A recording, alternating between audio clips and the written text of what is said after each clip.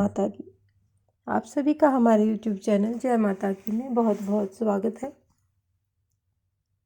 कार्तिक महात्म्य की कथा कहानियों में आज हम करेंगे आंवला नवमी व्रत की कथा और इसको किस प्रकार से किया जाता है।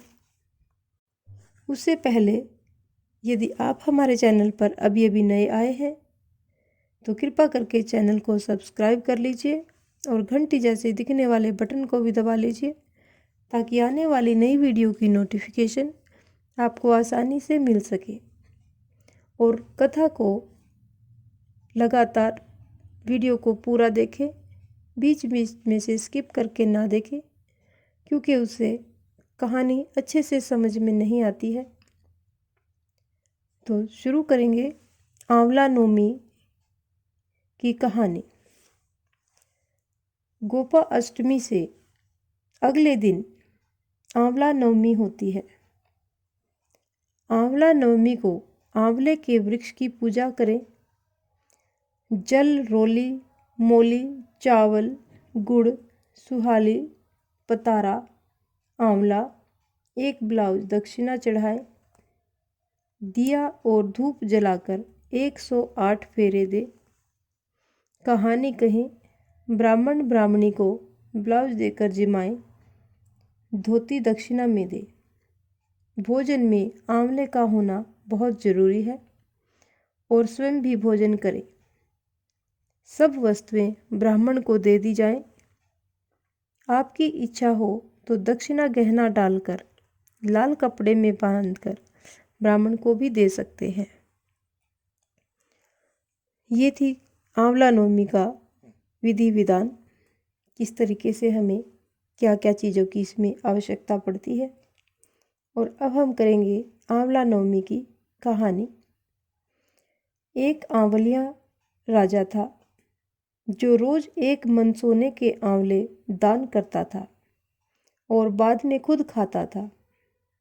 एक दिन उसके बेटे बहुओं ने देखा कि रोज इतने आंवलों का दान करेंगे तो सारा धन खत्म हो जाएगा, इसलिए इनका दान बंद कर देना चाहिए। एक पुत्र आया और राजा से बोला कि आप तो सारा धन लौटा दोगे, इसलिए आप आंवले का दान करना बंद कर दीजिए। तब राजा और रानी उजाड़ में जाकर बैठ गए और वहां आंवलों का दान नहीं कर सके, इसलिए उन्होंने कुछ भी नहीं खाया। तब भगवान ने सोचा कि अगर हमने इनका सत नहीं रखा तो दुनिया में हमें कोई नहीं मानेगा। तब भगवान ने उनके सपने में आकर कहा कि तुम उठो और तुम्हारे पहले जैसी रसोई हो गई है और आंवले का वृक्ष लगा हुआ है, तुम दान करो और जीम लो। तब राजा रानी ने उठकर देखा तो पहले जैसा राजपाट हो गया है और सोने के आंवले वृक्ष पर लगे हुए हैं। तब राजा और रानी 1.25 मन आंवले का दान करने लगे। उधर बहू बेटे ने धर्म अन्नदाता का बैर पड़ गया। आसपास के लोगों ने कहा, जंगल में एक आंवलिया राजा है, सो तुम वहां चले जाओ, जो तुम्हारा दुख दूर हो जाएगा। वे दोनों वहां पहुंच गए और वहां पर रानी अपने बेटे और बहू को देखकर पहचान गई और अब अपने पति से बोली, इन लोगों के काम को कम कराएंगे और मजदूरी हम इनको ज़्यादा देंगे। एक दिन रानी ने अपनी बहू को बुलाकर कहा, मेरा सिर धोकर नहला दे। बहू सिर धोने लगी तो बहू की आंख में से पानी निकलकर रानी की पीठ पर पड़ा। तब रानी बोली, मेरी पीठ पर आंसू क्यों गिरे हैं, मुझे बताओ। तो बहू बोली, मेरी सास की पीठ पर भी ऐसा ही मस्सा था और हमने उन्हें घर से निकाल दिया। वह 1 मन आंवले का दान हर रोज करते थे तो हमने उन्हें घर से भगा दिया। तब सास बोली, हम ही तुम्हारे सास ससुर हैं, तुमने हमें निकाल दिया था परंतु भगवान ने हमारा सत रखा है। हे भगवान, जैसे राजा और रानी का सत रखा वैसा ही सबका रखना।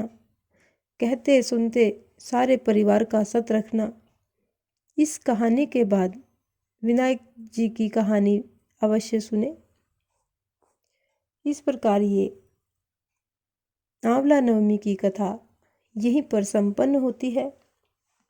इस प्रकार की और भी अन्य धार्मिक रोचक कथा कहानियों को सुनने के लिए हमारे चैनल को लाइक करें, सब्सक्राइब करें और अपने मित्रों और प्रियजनों में आगे भी शेयर करते रहें। जय माता की।